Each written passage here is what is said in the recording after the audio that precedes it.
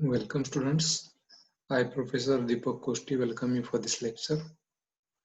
All the content of the lecture is taken from the book of DM Damdare sir. I'm giving the link over here. Thank you sir. Thank you very much for the contents. In the previous lecture we have seen that what is meant by language processor. It is a combination of analysis of source program and synthesis of target program. In analysis we have seen how a source program is analyzed using lexical syntax and semantic analysis. And in synthesis, we have seen how memory requirement is formed and how code generation is done. After that, we have seen in the synthesis only that a forward reference problem is faced. Now, how to resolve that forward reference problem, that we are going to see in this lecture. So again, the same heading, fundamentals of language processing. The contents are language processor pass. What is meant by two-pass translation? What is meant by IR, passes, and desirable properties of IR. So these are the contents of this lecture. So let us start with first, what is meant by language processor pass. A definition is given here. A language processor pass is processing of every statement in the source program to perform a language processing function. Now you already know what is meant by language processing, analysis and synthesis. Now to analyze, a language processor must visit a source program. So visiting a particular source program is nothing but a single pass. That means visiting a source program once from starting statement to ending statement is called as language processor pass. Now pass, there are two passes, pass 1 and pass 2. Why two passes are there? First of all, in pass 1, analysis is performed. Of course, analysis of the source program is performed. And note relevant information means what? Whatever the problem of forward reference was there, that means we are going to see that example. That means we don't know what is the type of profit, but we use that. So that information is stored by using pass 1. In the next pass 2, synthesis of the target program is done. At that time, all the incomplete information of a particular variable is taken. Now you will not understand much more on this slide, but let us see the example. So what this example is, we have percent profit. This is the variable profit used, and its type is here. After visiting some statements, type is known as its type is long. Now, how this will work in pass 1 and pass 2? Here, information about profit is unknown.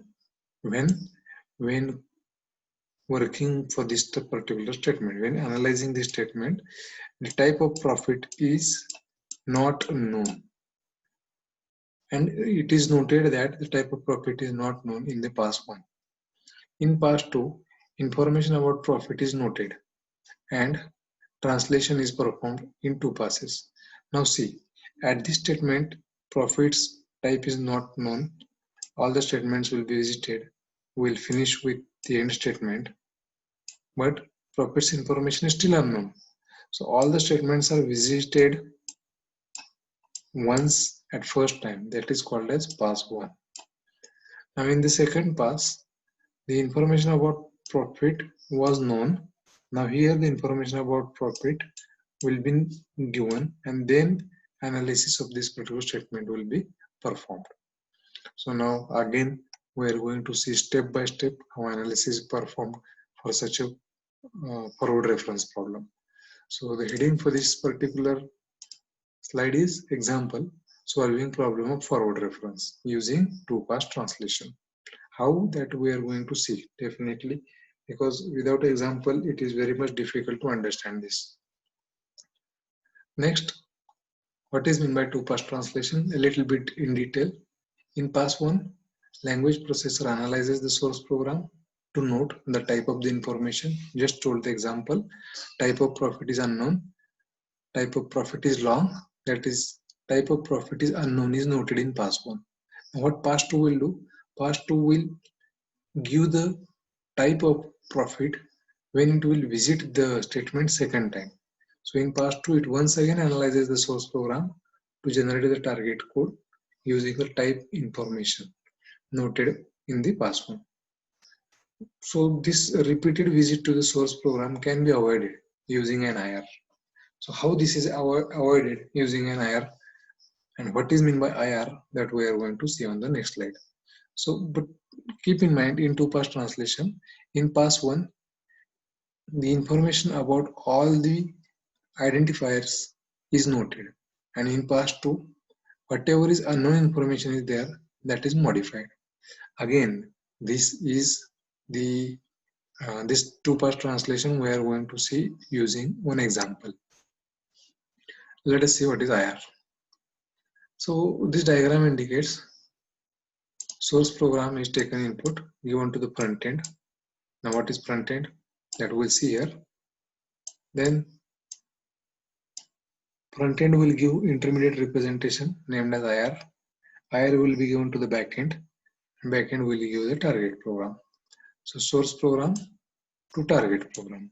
This is what is the work of language processor. Now what is IR?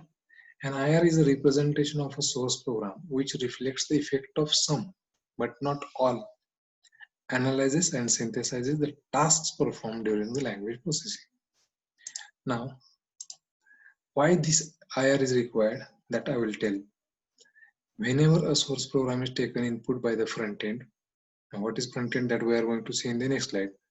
For time being, keep in mind, when a source program is taken by the pass 1, that is for analysis purpose, and at the time of analysis, it will note the information of all the incomplete symbols. Like profits information is not known, that is called as incomplete symbol, is noted, and such a note is given as an intermediate representation. Whenever backend, that is nothing but synthesis will be happen, IR will be taken into account. IR contains again tables and IC that we are going to see. So source program to target program is done via front end and back end. Front end's output is IR, IR will be given to the back end will give the target code. For time being, keep this one in mind. Now, what is meant by pass, what is meant by front end, what is meant by back end. So passes already we have seen. One visit to the source program is called as a pass. Now, what is meant by front end and back end? The first pass analyzes the source program and reflects its result in IR. This is called as front end. So pass 1 is nothing but front end. The second pass reads and analyzes the IR instead of source program and perform the synthesis of target program. So this is called as back end. So front end and back end means what? Front end is perform pass 1 and back end is going to perform the pass 2. That is nothing but synthesis of the target program. So front end and back end, whatever is there in this slide, front end and back end, this is what we have seen right now. Front end and back end. Now, what are the properties of IR? Actually, we need to see IR in detail. That is must. But what are the desirable properties of IR? IR must be easy to use, right? We are creating IR to save the time, so it must be easy to use.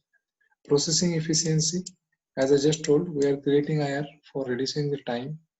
That's why processing efficiency must be there. Proper algorithms must be present, which can give a guarantee that IR is efficiently usable. Then last one is memory efficiency.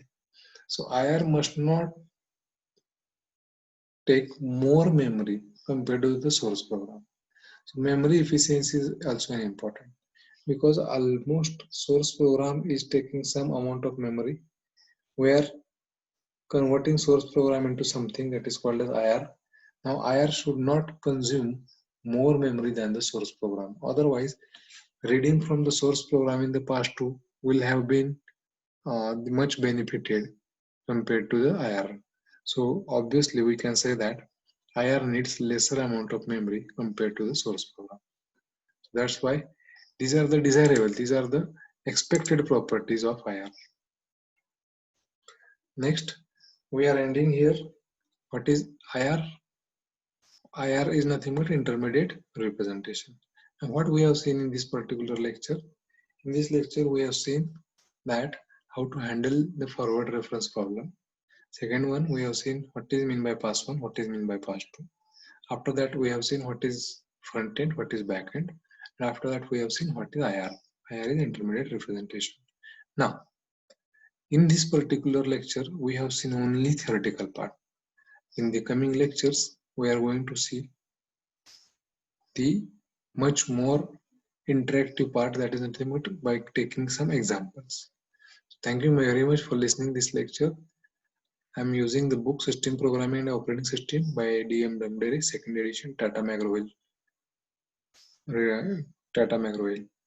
Visit the blog to get the PPTs. Thank you. We will see the example in the next lecture.